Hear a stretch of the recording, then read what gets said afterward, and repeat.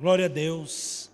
Esta noite eu quero meditar sobre o tema As delícias de Canaã nos fazem esquecer do Egito.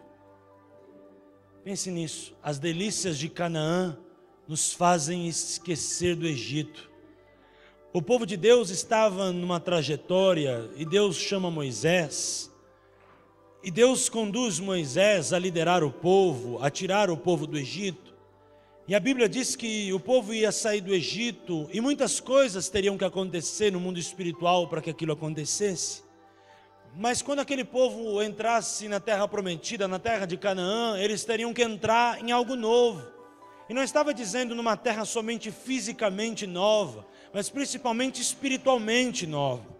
Há uma frase muito conhecida no meio do Evangelho, não sei quem disse isso, mas eu repito porque é uma frase que vale repetir, que tem propriedade, que não era difícil tirar o povo do Egito, mas o difícil era tirar o Egito de dentro do povo.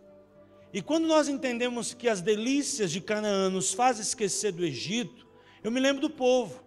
Eu me lembro desse povo que tinha uma promessa de Deus, que tinha uma vitória para entrar, uma bênção que iria receber, mas eles não estavam conseguindo entrar na bênção, porque ainda eles não conheciam a bênção que eles iam viver. E eles tinham nascido no Egito, eles tinham comido no Egito, tinham estudado no Egito, formado filhos no Egito. Para eles, o Egito, mesmo sendo um lugar maligno, era um padrão de qualidade de vida para eles, é o único lugar que eles conheciam. Então quando Deus falou para Moisés, tira o meu povo do Egito, Moisés teve resistência. Porque se ele tivesse que trazer de volta um povo que estava no Egito, que era da terra prometida, talvez seria mais fácil, porque o povo ia lembrar da terra prometida e ia dizer, lá é melhor do que aqui, então vamos para lá.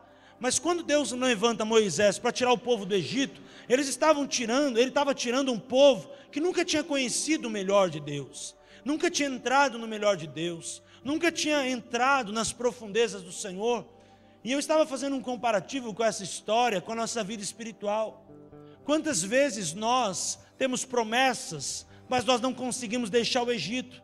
Quantas vezes nós temos bênção, mas nós não conseguimos romper quanto a Babilônia da nossa história, quanto o Egito da nossa história? Por quê? Porque o que nós conhecemos de padrão de bênção, de padrão de vida é o Egito. É aquilo que estamos vivendo. E quantas vezes na nossa falta de fé, ou de expectativa, perspectiva, visão, conquista no mundo espiritual, nos impede de entrar no novo de Deus. Somente esses homens conseguiram desfrutar das coisas da terra prometida, quando entraram lá e começaram a valorizar. E naquele momento eles começaram a valorizar de uma forma tão grande a terra prometida, que aos poucos eles foram desapegando-se aos valores do Egito. Eu quero te fazer uma pergunta, você não precisa responder para mim, responda para você mesmo. Quais são os valores do Egito que ainda está dentro de você? Quais são os valores que Faraó colocou que ainda está dentro de você? Quais são os valores do mundo que está dentro de você, que te atraem em fazer mais a vontade do mundo do que a vontade de Deus? As delícias de Canaã eram muito mais gostosas do que as delícias do Egito, porque as delícias de Canaã falam de coisas espirituais, as delícias do Egito falam de coisas carnais. E quantas vezes nós estamos inclinados mais para as coisas do Egito e esquecemos das delícias de Canaã? Por quê? Porque nós estamos inclinados para a coisa da carne. E quando alguém está inclinado para alguma coisa, nunca que a outra coisa vai satisfazer mais que aquela. As irmãs que já tiveram um nenê, Karine, a Ellen, a irmã Fátima, as mamães aqui, quando vocês estavam grávidas e tinham desejo, adiantava dar outra coisa para vocês? Tinha que dar aquilo que vocês estavam com vontade, não é, varão?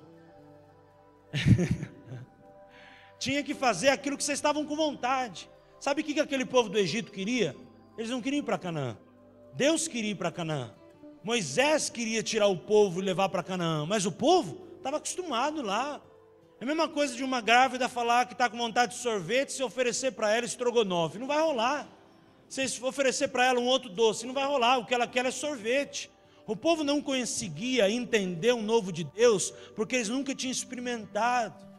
E eu te faço uma pergunta: por que muitas coisas do Egito está dentro de você ainda, se você está experimentando no altar de Deus as delícias da terra prometida?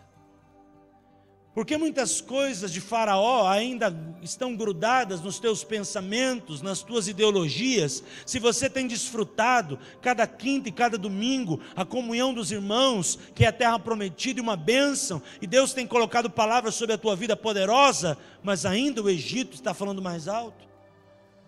As delícias de Canaã têm que nos fazer esquecer das coisas do Egito, tem que nos fazer desapegar as coisas do Egito. Porque nós não podemos dividir a glória de Deus com ninguém. Naquele momento, quando a Bíblia fala que Jesus chorou, em João capítulo 11, é o menor versículo da Bíblia, se não me engano, o versículo 35. Eu vou dizer algo para vocês, irmãos. Ali eu já ouvi mais de 50 interpretações sobre aquele contexto, principalmente sobre aquele texto.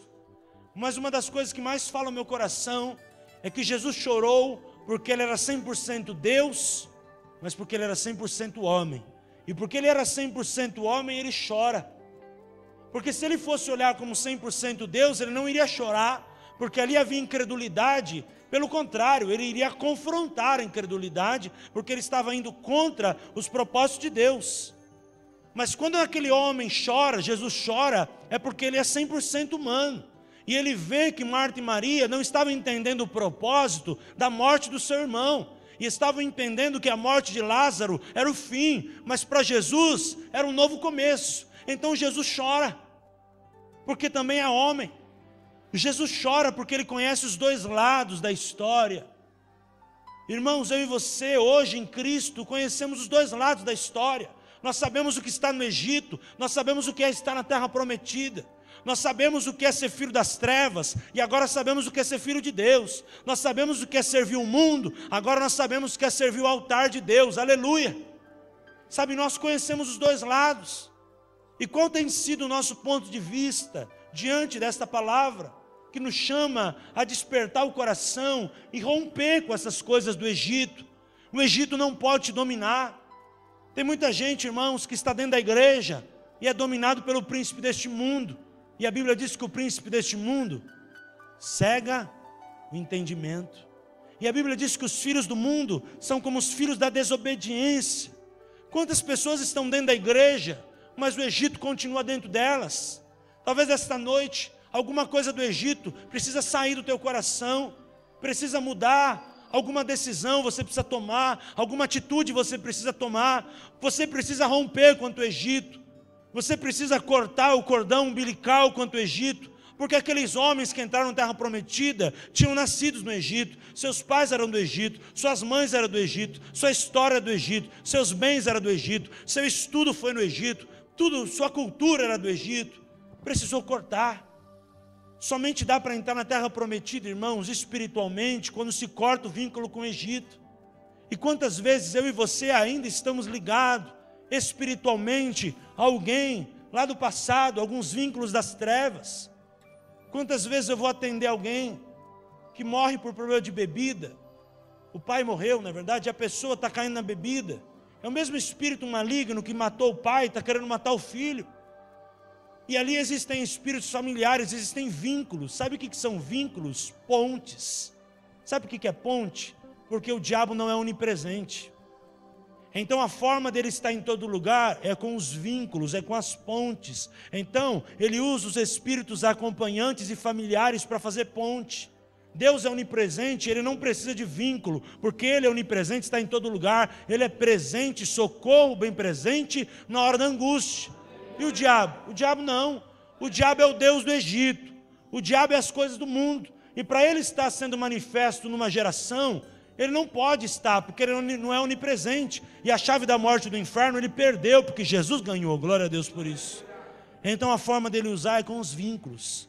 E quais que são os vínculos? Sentimentos, pensamentos. Tanto em determinado momento que Moisés estava batendo um papo com o faraó, e Moisés teve que ficar irado. A Bíblia fala irai-vos, mas não. Ele irou, mas ele não pecou. Ele chegou um momento, praticamente gritou com o faraó, dizendo assim, nenhuma unha ficará. Porque qual que era a proposta de faraó? Deixa os homens ir, mas deixa as mulheres aqui. Ah, então quer levar as mulheres? Então deixa a nova geração. Ele começou a negociar uma coisa que é inegociável. ele começou a negociar uma coisa que era inegociável, por quê? Porque era a vontade de Deus. E naquele momento ele grita com o faraó para poder romper e arrancar o povo do Egito, e lá na terra prometida fazer um trabalho com aquele povo, de tirar o Egito de dentro deles. Fazendo um paralelo aqui, irmãos, quantas vezes nós estamos numa situação como essa? Prontos para entrar na terra prometida, Deus deu a promessa, mas nós estamos negociando coisas que são inegociáveis. Quantas vezes as pessoas cristãs estão negociando princípio? Princípio, sabe o que quer dizer princípio? Procura um dicionário, quer dizer algo que é prioridade desde a sua origem. Uma das coisas que Deus falou para Moisés é: vá e tira o meu povo do Egito. Era um princípio de Deus em Moisés. Tudo que é princípio, grave isso no teu coração, é inegociável. Sabe que tem muito crente negociando o princípio. Tem muito pastor negociando o altar. Tem muito pastor de televisão aí que já está sendo vendido para prefeitos, para poder falar do prefeito na eleição do ano que vem. Tem muitas coisas que acontecem no meio do povo de Deus, que são princípios que estão sendo negociados. Princípio é princípio. Nós somos da terra prometida e não do Egito. O diabo não tem lugar sobre a nossa vida. Nós não podemos dar lugar ao diabo, aleluia. A Bíblia diz: sujeitai-vos, pois, a Deus, resisti ao diabo e ele fugirá de vós. É uma batalha espiritual essa palavra. Mas nós precisamos entender que nós somos de Deus, temos princípios do Senhor. Nós não somos do Egito, nós estávamos no Egito, mas o Senhor nos levou para a terra prometida, e ali as suas delícias nos faz convencer que o Espírito de Deus foi tremendo e é poderoso, e nos tirou de um lugar terrível, e nos trouxe para um lugar de bênção, e nos deu salvação em Cristo. Isso nos faz entender que princípio não pode ser negociado. Ah, pastor, mas nós temos que fazer aquele evento na igreja, temos que fazer aquilo. Irmãos, está na Bíblia, Deus mandou, agrada ao Senhor? Sim, então vamos fazer, porque se é princípio, nós temos que cumprir o princípio. O princípio ele tem que estar acima, ele tem que ser primeiro, a nossa vontade tem que vir depois. Sabe, irmãos, o que eu tenho visto? As pessoas colocar, Martinha, a vontade dela primeiro, a vontade dele primeiro, e depois vem as coisas. Não, o princípio tem que ser primeiro. O que é princípio? Eu sou casado. O que é o princípio? Você é casado. Você não vai negociar com o adultério. O adultério é algo inegociável, porque você tem um princípio. Qual que é o princípio? Você é cristão. Cristão não mente. Cristão não faz fofoca, cristão não rouba, cristão não faz coisa errada. Isso é princípio. Nós temos que levar o princípio em primeiro lugar. Senão, sabe o que vai acontecer? Senão vai entrar o tempo das alfarrobas. Sabe o que é as alfarrobas, irmãos? É comida de porco. E aquele cara lá do filho pródigo foi comer comida de porco, bolota de porco. Sabe o que eu vejo na igreja? Tem muito crente que podia estar comendo as delícias de Canaã e está comendo os lixos dos porcos do Egito, porque ainda não romperam quanto ao pecado e não fizeram uma guerra espiritual quanto aos príncipes do mundo dentro de você. Talvez você possa dizer: pastor, mas lá em casa está tudo bem, minha casa é muito bonita, está bem decorada, tem uma boa televisão, um bom sofá. Eu não estou dizendo de princípios materiais, queridos. Eu estou dizendo, o Senhor está falando ao nosso coração de princípios espirituais que nós não podemos negociar. Aleluia, glória a Deus. Que você seja pequeno, mas que Deus seja grande. Não queira ser grande e deixar Deus pequeno. Entenda que Deus tem um propósito para a tua vida e para a minha vida. Mas nós precisamos entender. Nós precisamos entender que Ele nos tirou. A Bíblia diz que Ele nos comprou por um alto e precioso sangue. Aleluia. Quantos creem nisso? Livro de Êxodo, capítulo 3, versículo 11. Então Moisés disse a Deus: quem sou eu que eu vá a Faraó e tire do Egito os filhos de Israel? Moisés não era nada. Mas sabe o que Deus fala para ele? Êxodo 3:12. Certamente eu serei contigo. Quero declarar essa palavra sobre a tua vida. Deus é contigo. E Deus vai te levar para os melhores lugares. E as delícias de Canaã vão provar para você mesmo que é muito melhor estar em Cristo do que aquilo que está no mundo. Sabe, quando a Bíblia diz nos Salmos: provai e vede, Ele não está dizendo eu provei e eu vi que o Senhor é bom. Acredita. O salmista está dizendo: faça prova. Prova você e veja você que o Senhor é bom e a sua misericórdia dura para sempre. Prova você. Sabe o que Moisés estava levando esse povo para a terra prometida? Para que eles pudessem provar que havia um Deus em Israel. Para que eles pudessem provar a fidelidade e o zelo de Deus. Não era Moisés falando que iria convencê-los, Moisés ia conduzir somente. Eles iriam provar da terra prometida e dizer: aqui é bem melhor, porque aqui é o lugar onde Deus nos quer. Então eu vejo que Deus estava falando para Moisés assim: certamente eu serei contigo, e isto será por sinal que eu te enviei. Quando houveres tirado este povo do Egito, servireis a Deus neste monte. Então disse Moisés a Deus: eis que quando eu for aos filhos de Israel e lhe disser: o Deus de vossos pais me enviou a vós, e eles me disseram: qual é o seu nome? O que eu vou dizer? Sabe o que eu aprendo aqui com Moisés? Moisés, ele foi um homem que não quis acreditar muito no chamado de Deus. Muitos dizem que ele teve medo, mas eu acredito que esse medo não é aquele medo ruim, sabe? O pânico é o medo da segurança, é a prudência, é o temor de Deus. Pense, irmãos, um homem ser levantado por Deus para tirar o povo do Egito, ele tinha que ter uma certa precaução.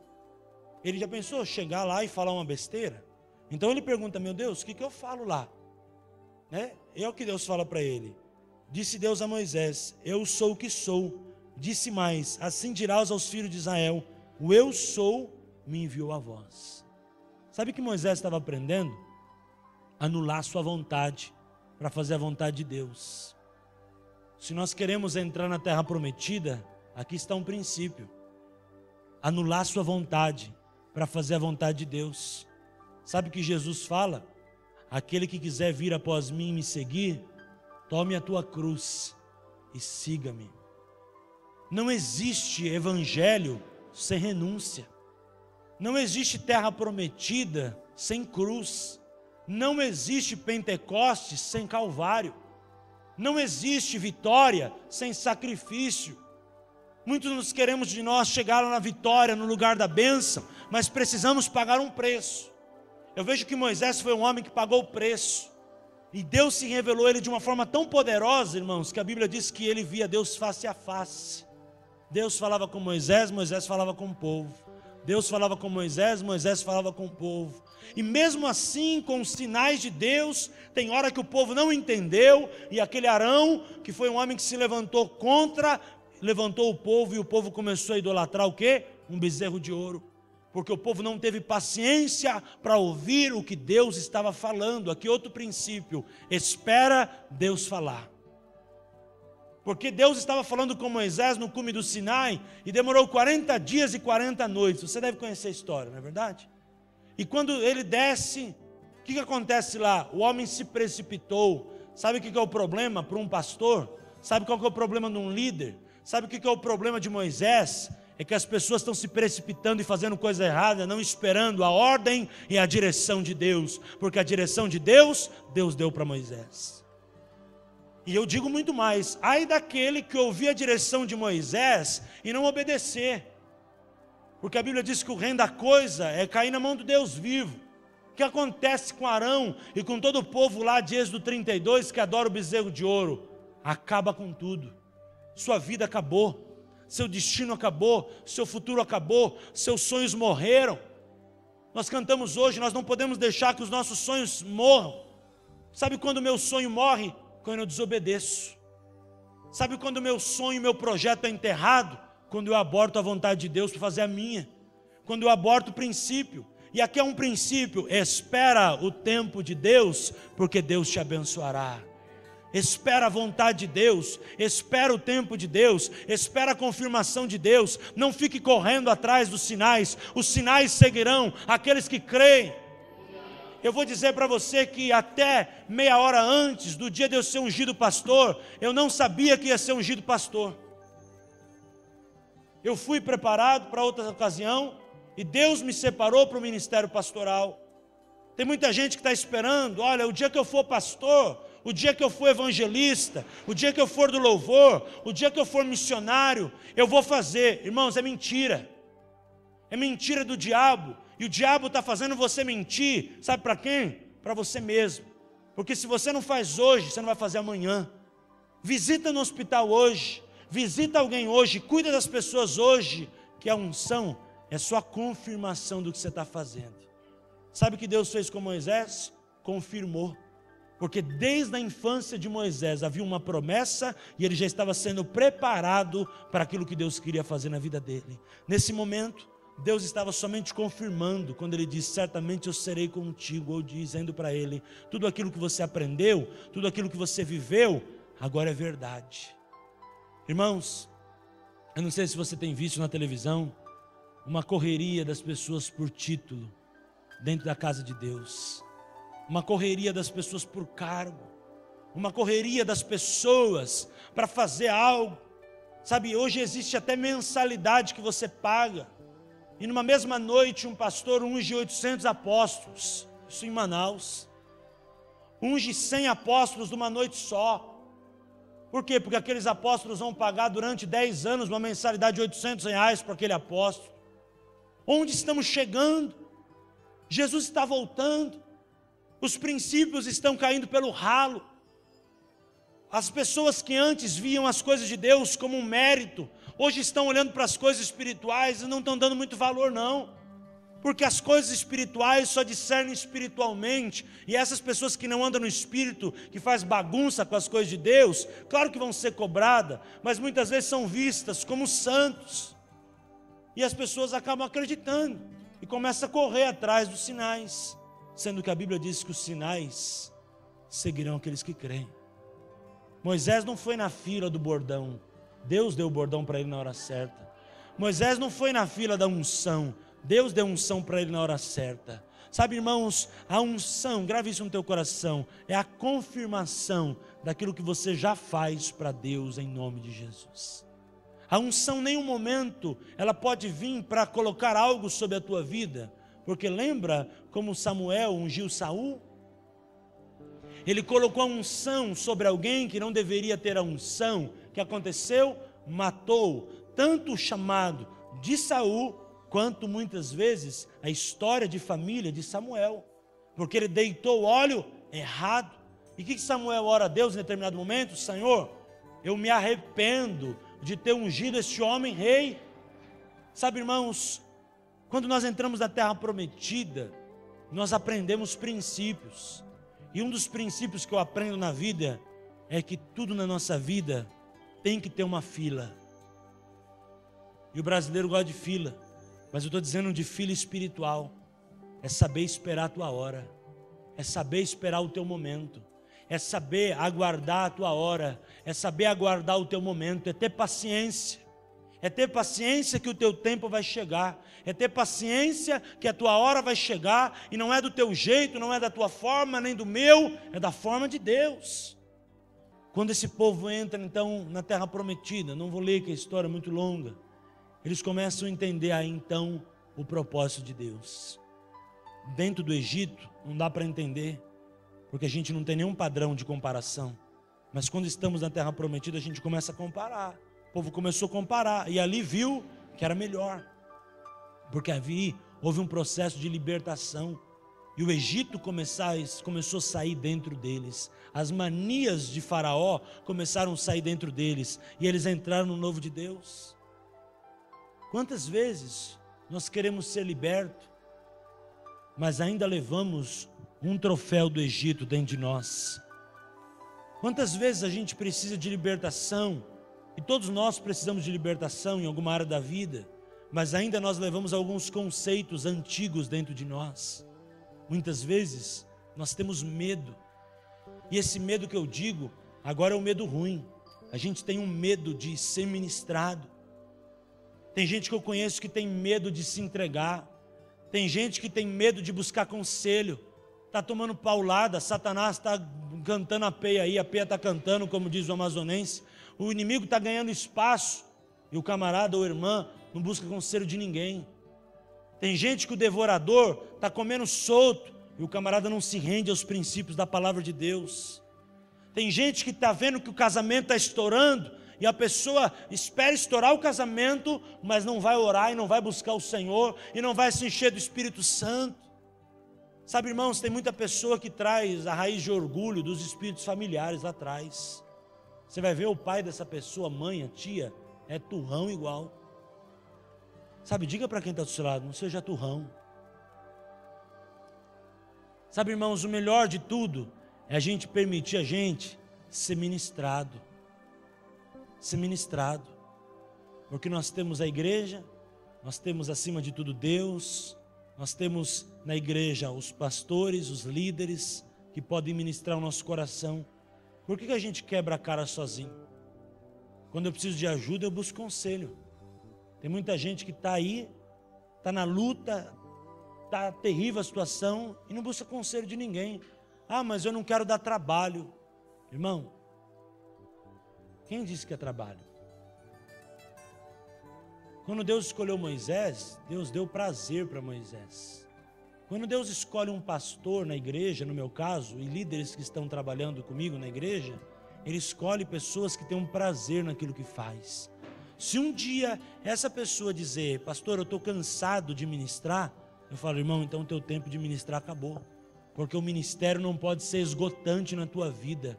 O ministério é para a vida toda. Ah, mas eu não quero atrapalhar a irmã Joelma, a Débora, a irmã Denise, para buscar um conselho com ela, de mulher para mulher. Irmã, você não está atrapalhando não. Nós estamos aqui para servir. Casal, não quero atrapalhar o pastor. Irmão, você não está atrapalhando não, eu estou aqui para servir. Deus me levantou para ser bênção para a tua vida. Quantas vezes o povo no Egito via Moisés como mais um? Porque Moisés tinha sido criado no meio deles lá. Não viu eles como um sacerdote do Senhor. Quantas vezes você vem, irmão, para a igreja e você não aceita uma oração, você não abre o coração, e você vem para a igreja, recebe a palavra, recebe o poder e volta para casa da mesma forma. Sabe o que eu identifico? Talvez o espírito familiar. Sabe em que área? Orgulho e soberba. Orgulho e soberba precisa cair. Quando o orgulho e soberba cair no teu coração, você vai ver como Deus vai atuar em todas as áreas da tua vida. Porque o orgulho e a soberba não deixa você ministrar, então não deixa você ser ministrado e é cadeado no meio da tua porta. Quebra o cadeado, derruba o orgulho e a soberba. O cadeado vai cair, a porta vai se abrir, você vai ver como a bênção vai entrar na tua vida. Aprenda o princípio. Sabe, muitas vezes o barranco fala uma coisa e tem irmão que não ouve. Mas ele é um ministro de Deus aqui na igreja. Ele é um líder aqui na igreja. E quando ele está falando, é Deus que está falando na boca dele. E ele está falando alguma coisa. E tem irmão que ouve, tem irmão que não ouve. Sabe de quem que é o problema? Não é do barranco. Porque do barranco não vai ser cobrado. De mim como pastor não vai ser cobrado.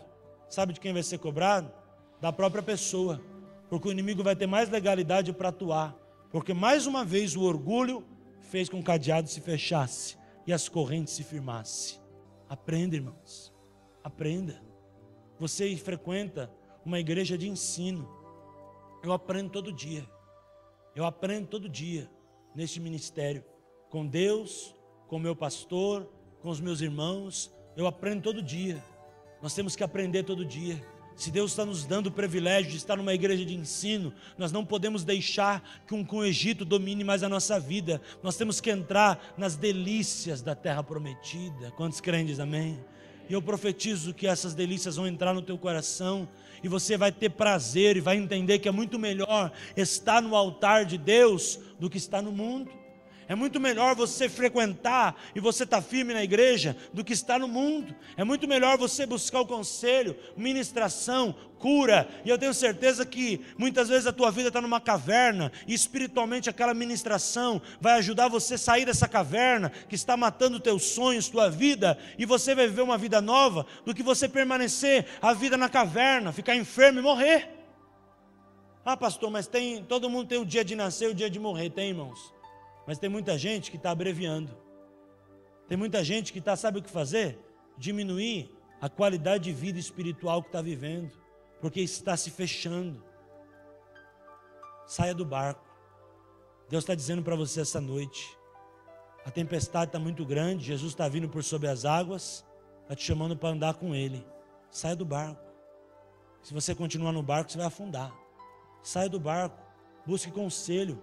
Saia do barco. Busque coisas novas, saia do barco, vem para a igreja orar, saia do barco, homem de Deus. Nós vamos começar agora dia 8 de manhã, 10 horas da manhã, a primeira reunião de homens. Vem estar aqui, vem buscar o Senhor. Sai do barco. Você está no barco e não é hora de ficar no barco. Jesus está andando sobre as águas falando: vem, nós temos que sair do barco, porque se não sair do barco, nós vamos afundar, as coisas vão piorar, a tempestade vai engolir o barco e a gente vai morrer. É hora de sair do barco. Quantas vezes nós estamos dentro do barco? Quantas vezes a gente está olhando a tempestade e sabe o que é o barco? É a nossa segurança. E nós temos que entender que a nossa segurança não está no carro que a gente tem, no dinheiro que a gente tem, na família que a gente tem, está no Senhor. E se o Senhor Deus, que é a nossa vida, fonte de sustento, está dizendo: sai do barco, vamos sair do barco, porque Ele tem preparado o melhor para a nossa vida. Em determinado momento, Deus vai mudar a história. Em determinado momento, Deus vai cuidar e vai transformar. Mas você e eu precisamos de ter ousadia para sair do barco. Porque se a gente ficar muito preso ao barco, os milagres não vão acontecer. As bênçãos não vão chegar. Se a gente ficar muito preso à nossa história, à nossa realidade, as coisas poderosas não vão acontecer. Tem hora que nós temos que romper. Nós temos que entrar no novo de Deus. Nós temos que romper com a incredulidade e receber as oportunidades de Deus. Deus tem falado muito comigo. Filho, fala para o meu povo sair do barco. Tem gente que Jesus está chamando e não está ouvindo. Tem gente que Jesus está chamando e não está buscando direção. Mulheres, quarta-feira que vem é o dia de vocês estarem aqui adorando entre mulheres. Quantas mulheres não deixam de vir porque estão presas no barco? E o problema não deixa você sair do barco. Eu quero dizer para você que o problema não está na igreja, o problema não está na cidade, o problema não está na empresa. Muitas vezes o problema está em você. Se você sair do barco, Deus pode tomar o controle e mudar tudo. Por que Deus não toma o controle com você no barco? Porque Ele está esperando a tua decisão de fé. Quando você tomar a tua decisão de fé, Ele pode tomar o controle e mudar tudo. Para isso você tem que sair do barco. E sair do barco é como a gente cantou. Eu estou abrindo mão de conforto, de estrutura, alguma coisa que a gente cantou hoje. Isso está dizendo para mim e para você que nós temos que entrar no novo de Deus. E para entrar no novo de Deus, tem que entrar nas coisas do Espírito. E para entrar nas coisas do Espírito, tem que ter ousadia. Semana passada eu tive um bate-papo com Deus. No domingo, eu não pude contar para vocês porque não estava. Mas Deus falou muito sério comigo. E eu fiquei até um pouco triste com as respostas de Deus, mas depois refleti e vi de fato que era verdade. Minha pergunta na minha oração foi: Senhor, por que o Senhor não derrama mais dons sobre a sua igreja? E o Senhor disse para mim: é porque eles não têm tempo comigo. Falei: Senhor, por que o Senhor não usa mais a tua igreja nos dons de milagre, de cura? Por que o Senhor não derrama? Eu até falei: Senhor, não precisa ser só sobre mim não. Derrama sobre as irmãs da igreja, os homens da igreja, os casais, dons. Eles não têm tempo comigo, filho. Ele me fez lembrar de uma irmã, lá de trás. Rafael vai lembrar dela, irmã Raquel. Certa vez a irmã Raquel orava, e ela era autona, né? Fortuna. Ela, quando repreendia um demônio, irmão, quase a parede caía. Ela falava: Su! Era um barulho que o demônio ou caía pelo barulho ou caía pela autoridade mesmo. Mas essa mulher um dia pediu para Deus dons. E Deus falou para ela: eu vou te reservar. Eu vou te reservar. E na vida dela, todas as portas se fecharam. Até porta de emprego. E ela tinha várias filhas, né, Rafa? Tinha um monte de filha para criar lá. E depois um monte de neto, um monte de agregado, que dependia dela e do irmão de Jalma. E aí a porta para ela se fechou, mas ela pediu para Deus dom. E Deus começou a derramar dom. Deus começou a derramar dom. Ela falou: Senhor, o Senhor está me dando dom, mas por que as portas estão fechadas? Porque agora quem vai manter você sou eu, ele disse para ela. E agora eu vou derramar dom sobre a tua vida. E se prepara, porque você não vai ter mais tempo. Você não pediu? Irmãos, a porta da casa dela vivia uma fila na rua. De terça e de quinta, eles tinham que colocar lá uma plaquinha: oração só de terça e quinta. As filhas, quando dava 10 horas da noite, tinham que mandar o povo embora. porque as pessoas do bairro, pastores, lotavam de carro a calçada dela e ia pedir oração. E quando ela entrava lá, Deus revelava a ela, e ela tinha uma unção de cura poderosa. E pessoas que entraram lá com câncer saíram curadas. Minha mãe foi prova disso. Pessoas que entravam lá com um casamento destruído, os milagres aconteciam, o casal era restaurado. E ali ela não tinha tempo assim, olha, tinha 30 pessoas na rua, ela não falava, vai ter que ir rápido porque tem que atender todos. Se Deus mandasse ela ficar 1 hora com a pessoa, 2 horas, 3 horas, os 30 que espera. E se não for hoje, volta amanhã. Mas ela tinha uma unção. E de terça e quinta, das 9 da manhã até 11 horas da noite, ela não parava de orar pelas pessoas. E Deus começou a manter aquela mulher e sustentar a família dela. Porque Deus deu dom, e Deus falou, eu vou dar dom, mas eu vou dar dom para quem está disponível. E Deus estava falando isso comigo semana passada. Imagina, irmão, se Deus coloca o dom de interpretação para você. E aí quando alguém começa a orar em línguas, Deus começa a te revelar. Se prepara, que meia horinha de oração por dia não dá mais não, irmão. Se prepara, minha irmã, que aquela oraçãozinha só para tomar café, ou só para agradecer que vai dormir, não vai dar mais não, vai ter que ter mais tempo. Imagina se Deus derrama sobre a tua vida, Deus está falando isso comigo, um dom de fato, de palavra, de conhecimento. E Deus começa a te enviar para vários lugares para ensinar as pessoas. Você acha que em meia hora você vai conseguir ensinar? Não, é 2, 3 horas. E nós temos tempo para isso. Muitas vezes não temos tempo nem para estar na igreja. E eu comecei a ouvir aquilo de Deus e ficar um pouco entristecido. Mas o Senhor falou, minha igreja tem que sair do barco. E eu digo para você esta noite, sai do barco, porque quando você sair do barco, os dons estão disponíveis, a bênção está disponível, o sinal está disponível, e o poder de Deus vai ser liberado sobre a tua vida. Eu profetizo em nome de Jesus.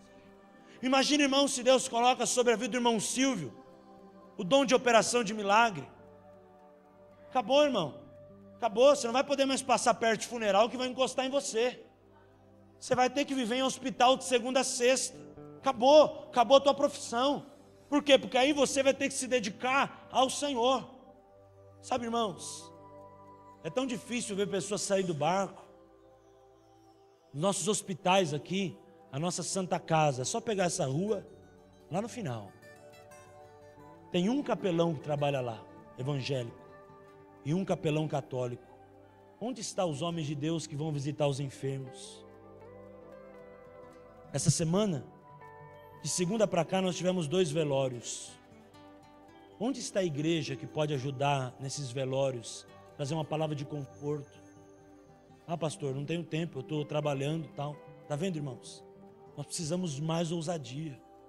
Não que a gente precisa largar o trabalho, não é isso. Mas nós precisamos ter mais tempo com o Senhor, para que as coisas possam acontecer. Sabe, uma vez um primo meu morreu. Já estou terminando.